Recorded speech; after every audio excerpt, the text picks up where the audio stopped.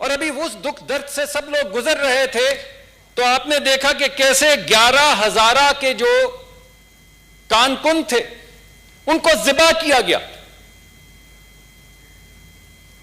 تو یہ human dignity, یہ جو میں نے آپ کے سامنے کیسز پیش کیے ہیں، میں مقدمہ آپ کے سامنے یہ پیش کر رہا ہوں کہ انسانی جان کی وقار، حرمت، عزت سب معاشرے میں پامال ہوئی جاتی ہے. اور ابھی تک تو میں نے آپ کو وہ ایگزامپلز دی ہیں چیئرمین صاحب ان لوگوں کی جو مر گئے، جن کی چھاتیوں میں 7-9 گولیاں ماری گئیں یا جن کو لٹا کے ایک دوسرے کے سامنے ذبح کر دیا گیا. اب ذرا ان کی طرف نظر ڈالیے جو زندہ ہیں. میں ایک پی آئی اے کے کاؤنٹر پہ تھا، کچھ عرصے کی بات ہے، رات گاڑی چلا کر گیا تھا، تو میں نے اس کو کہا کہ بھائی ذرا سیٹ اچھی دے دو. اس نے کہا سیٹ تو اچھی دے دیتا ہوں، میری پہلے بات سن لو ایک. تو میں نے کہا جی فرمائیے. تو وہ کہنے لگے کہ میں بھائی یہاں پہ کام کرتا ہوں، مجھے 18-20 سال ہو گئے ہیں، عزت دار آدمی ہوں، ایم اے پاس کیا ہوا ہے، سفید پوش ہوں. میں کل صبح اٹھا کچھ دن پہلے تو میں نے دیکھا کہ میری اماں کپڑے استری کر رہی. میں ہر وقت حساب لگاتا رہتا ہوں کہ بجلی کی قیمت اتنی بڑھ گئی ہے کہ کہیں ایسا نہ ہو کہ 300 یونٹ سے زیادہ ہو جائیں اور بجلی کی قیمت جو ہے وہ 10-8 روپے سے بڑھ کے 14-18 روپے ہو جائے اور میں دے نہ پاؤں. تو میں بھاگا گیا، مہینے کا آخر تھا، وہ بالکل وہ 280-90 یونٹ ہو چکے تھے. میں نے اپنی اماں کا ہاتھ پکڑ لیا اور میں نے اماں سے کہا کہ اماں مجھے کپڑے دے دو. ابا کے کپڑے وہ استری کر رہی تھی، میں بازار سے کروا لاتا ہوں کیونکہ ہمارا بل بڑھ جائے گا. تو اس نے کہا، میں نے مڑ کے دیکھا تو میری اماں کی آنکھوں میں آنسو تھے، اور ان آنسوؤں میں وہ یہ کہہ رہی تھی کہ میں نے تمہیں اس دن کے لیے بڑا کیا، میں نے تمہیں اس دن کے لیے بڑا کیا کہ ایک دن میں تمہارے باپ کے کپڑے جو میں 50 سال سے استری کرتی آ رہی ہوں، استری کرنے کے لیے اٹھوں گی اور تم میرے ہاتھ پکڑ لو گے. اس دن کے لیے ہم نے تمہیں بڑا کیا. اس دن کے لیے ہم نے خود گیلی جگہ پہ تمہارے پیشاب کی ہوئی جگہ کے اوپر سوئے اور تمہیں سوکھی جگہ پہ سلایا کہ ایک دن تم ہمارا ہاتھ پکڑو گے. تو اس ماں کی آنسوؤں میں جو بے حرمتی تھی زندگی کی، اور اس بچے کے چہرے کے اوپر جو لاچاری ہوگی جو 300 یونٹ کی تکرار میں پڑا ہوا تھا،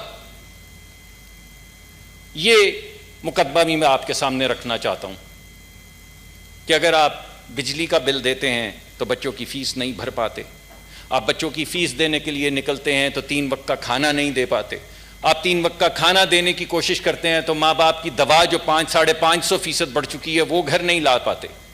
اور اگر کوئی خدا نخواستہ بیمار ہو جائے اور اس کو ڈائلسس کی ضرورت پڑے تو وہ ڈائلسس جو مفت ہوا کرتا تھا یا 1000 روپے میں ہوتا تھا اب وہ 10-12 ہزار میں ہوتا ہے. تو جو 20-30 ہزار روپے کماتا ہے وہ مر جائے، وہ اپنے ماں باپ کو لے کر کہاں جائے؟ 3 مرتبہ 4 مرتبہ کیسے ڈائلسس کروائے؟ تو میں نے آپ کو جو بے حرمتی مرنے والوں کی ہو رہی ہے وہ بھی سنا دی اور جو بے حرمتی زندہ لوگوں کی ہے وہ بھی سنا دی. تو 2020 میں ہم نے حرمت کھو دی، انسانی وقار کھو دیا انسانی زندگی کا. اور اگر کسی نے آواز اٹھائی تو چور چور چور چور، ہر طرف یہ نعرہ بلند ہو گیا، اوئے توئے، تیری میری، یہ وہ زبان جو کوئی اپنے بچوں کے سامنے، اپنی بٹیا کے سامنے، اپنے بیٹے کے سامنے نہیں بولا جاتا، وہ اعلیٰ ترین ایوانوں میں زبان بولی گئی. وہ زبان جو محلے کے گنڈے نہیں بولتے، وہ زبان ہمارے اعلیٰ ترین لیڈران جو ہیں وہ بولتے رہے، صرف اس وجہ سے کہ یہ آواز نہ اٹھاؤ، یہ ذکر نہ کرو، چاہے مہنگائی کا ہو، چاہے انسانی حرمت کا ہو، انسانی زندگی کا ہو، انسانی وقار کا ہو، اس آواز کو کسی طریقے سے بند کر دیا جائے. تو جو انسانی وقار تو گیا، جو ہمارے ہاتھ تھوڑی ڈیسنسی تھی، جو رواداری تھی، جو تہذیب تھی، وہ بھی ہمارے ہاتھ سے جاتی رہی. اور چیئرمین صاحب اگر کسی نے بہت شور مچایا کہ نہیں نہیں بھائی چور چور کو چھوڑو، اس کی بات تو کرو، ہمیں جیلوں میں ڈال دو، جو مرضی کرو، مگر اس کی بات تو کرو، غربت کی بات کرو، افلاس کی بات کرو. جب کسی نے بہت شور ڈالا تو کیا ہوا؟ نواز شریف جیل، شہباز شریف جیل، حمزہ جیل، مریم 2 مرتبہ jail, Shahid Khaqan Abbasi jail. Ahsan Iqbal jail, خواجہ آصف جیل، خواجہ سعد رفیق جیل، خواجہ سلمان رفیق جیل، میرا دوست مفتاح اسماعیل جیل، خورشید صاحب جیل، زرداری صاحب جیل، ان کی بہن جیل، ہسپتالوں سے گھسیٹ کے رات کی تاریکی کے اندر لے کر گئے جیل میں ڈالنے کے لیے، صرف تذلیل کرنے کو، دن کی روشنی میں بھی لے جا سکتے تھے، اور بہت سے نام ہیں جو رہ گئے جن کے لیے میں معافی چاہتا ہوں. لیکن یہ تھی قیمت جو ادا کرنی پڑی لوگوں کو شور مچانے پہ، کہ شور نہیں، خاموشی. خاموشی.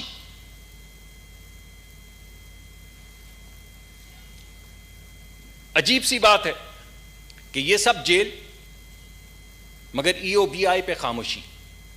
24 ارب روپے کا مقدمہ ہے، خاموشی.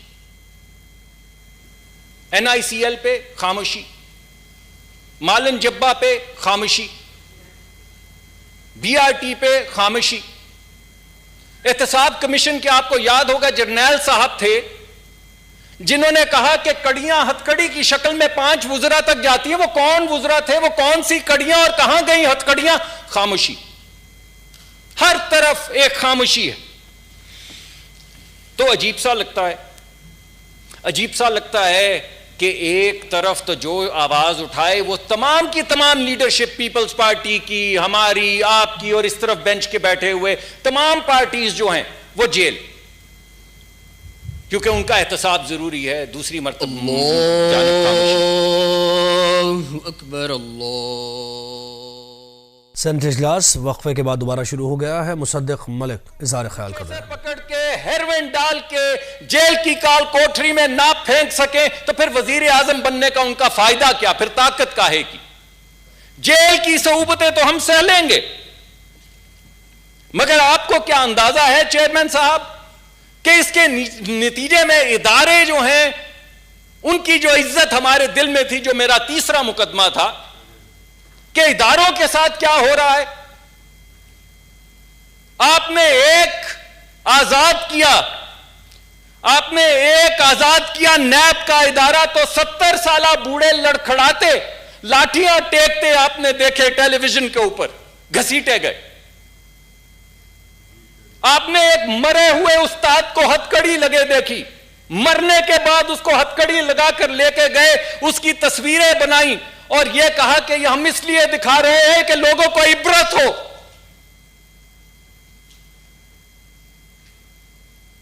آپ نے نیب میں لوگوں کو خود بلا کے پتھراؤ کیا ان کی گاڑی پہ پولیس کے ذریعے.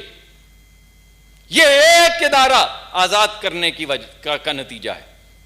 دوسرا ادارہ شاہدرہ کا تھانہ آزاد ہوا، جس کے بعد بغاوت کے پرچے کیے گئے لوگوں پر. آپ یہ کہتے ہیں کہ اگر آپ یہ بات کریں گے ادارے کے خلاف تو بغاوت ہوگی، تو ہمارے وزیر اعظم نے جو پچھلے سال امریکہ میں جا کر کہا تھا کہ دہشت گردی کے پیچھے کون کون ہے، وہ کیا تھا؟ وہ پرچہ کہاں ہے؟ کون سے آزاد تھانے میں ہوگا؟ وہ جو بھارت کی سرزمین پہ جا کے انہوں نے کہا تھا اپنے اداروں کے متعلق، وہ کون سا آزاد تھانہ پرچہ درج کرے گا؟